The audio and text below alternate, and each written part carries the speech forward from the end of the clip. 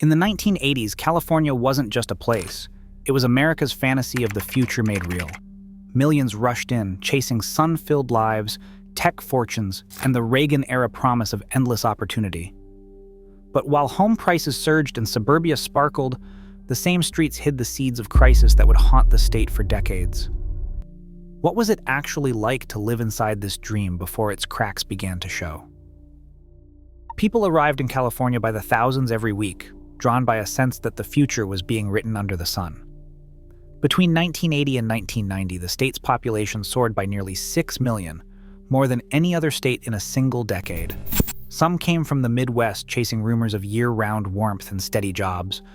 Others arrived from across the Pacific or from the southern border, hoping to find a foothold in the world's fifth-largest economy. The freeways stretched wider. Towns on the edge of farmland sprouted subdivisions, and every new arrival added to the sense of restless possibility. California's image was everywhere. Ronald Reagan, who had governed the state through the late 1960s and the early 1970s, now sat in the White House. His campaign ads showed sunlit suburbs, flags rippling over manicured lawns, and families waving from driveways. These scenes were lifted straight from real California neighborhoods. This was the Morning in America vision, bright, clean, and full of promise, with California as the national stage. The state's poll wasn't just about climate or jobs, it was about living inside a story the whole country wanted to believe. The movies people watched, the music on the radio, the commercials for new cars and computers, all seemed to come from California. For many, moving west felt like stepping into a place where anything was possible, and where the American dream felt a little newer, a little flashier, and a little closer to reality. On a summer evening in Orange County, the sound of sprinklers ticked across manicured lawns, and the air carried the faint, sweet scent of jasmine and chlorine. Behind the walls of pastel stucco homes, families gathered in living rooms with mirrored walls and track lighting, their feet pressed into plush pale carpet or warm concrete patios. For many, the backyard pool was not just a luxury, it was a promise kept. Neighborhoods like Irvine and Mission Viejo were built for this feeling, with curved streets, cul-de-sacs, and community pools tucked behind gates with neatly lettered homeowners association rules. The homeowners association sent reminders about lawn heights and paint colors, keeping the dream in order. In 1981, a family might have bought their first home for just over $120,000, a stretch but possible. By the end of the decade, that same house could fetch more than $250,000. Parents swapped stories over the fence about neighbors who barely got in before prices soared. Some felt lucky, watching their equity climb as if the California sun itself made money grow. Others worried as young adults and newcomers found themselves locked out, their hopes for a starter home slipping further away each year.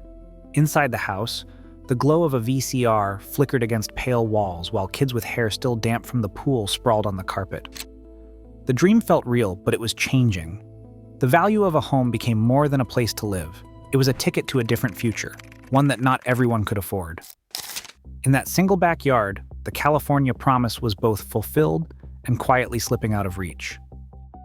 On a quiet street in Sunnyvale, a Bay Area engineer watched the world change overnight. Apple's initial public offering in December 1980 sent ripples through neighborhoods that had once been filled with modest ranch homes and station wagons. Suddenly, a neighbor who had tinkered with circuit boards in his garage drove up in a brand new Porsche, the kind of car that turned heads on El Camino Real. The Macintosh launch in 1984 brought home computers into living rooms that just a few years earlier held only television sets and stacks of popular science. Venture capital poured into the region, and houses that once belonged to teachers and machinists now had new owners with stock options and dreams of riches from an initial public offering. For many Bay Area families, the future arrived overnight. For some, that meant a deposit in their bank account and a new car in the driveway, a sudden flash of riches. For others, it was the sense that the rules of suburban life had been rewritten overnight. Hollywood's glow spilled out of studio gates and into every living room, but on California nights, the real action throbbed along the Sunset Strip. Neon signs buzzed over crowds lined up outside the Whiskey and the Roxy, where bands like Motley Crue and Guns N' Roses played sets that would end up on MTV the next day. Music videos filmed in Los Angeles became the decade's visual language, big hair, leather and palm trees flashing between guitar solos.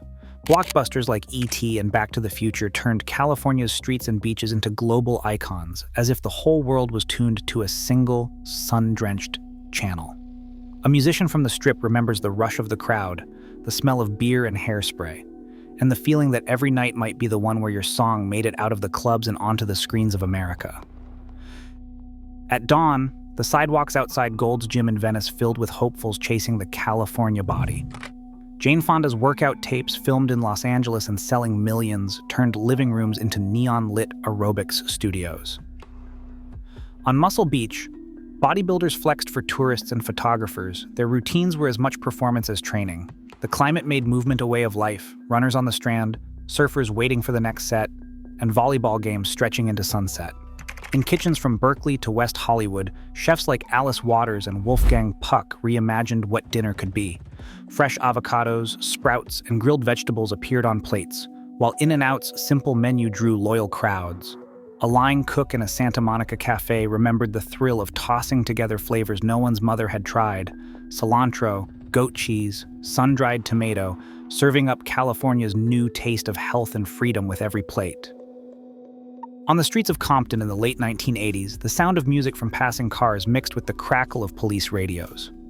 A community organizer remembers watching friends and neighbors disappear, some lost to addiction, others to the violence that arrived with the crack epidemic. In South Central Los Angeles, the promise of the California dream felt distant as gangs battled for territory and families mourned sons caught in the crossfire.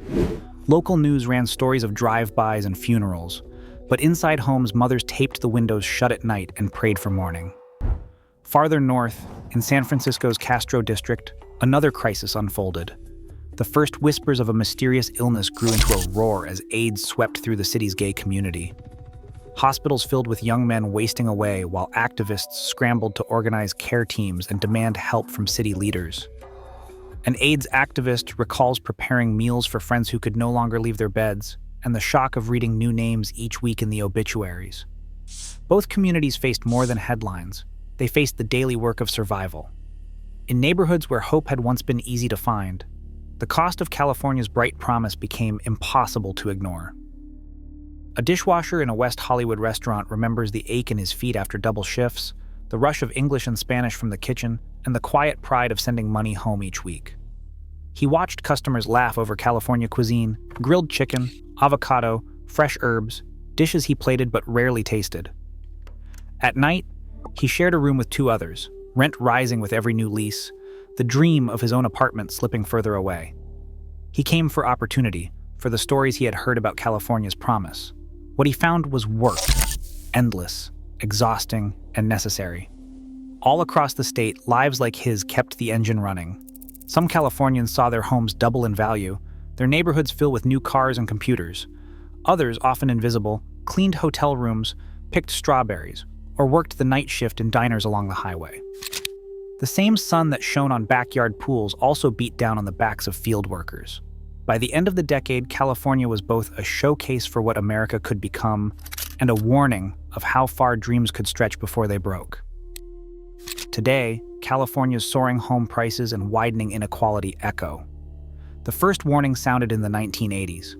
The dream and the dilemma still shape millions of lives.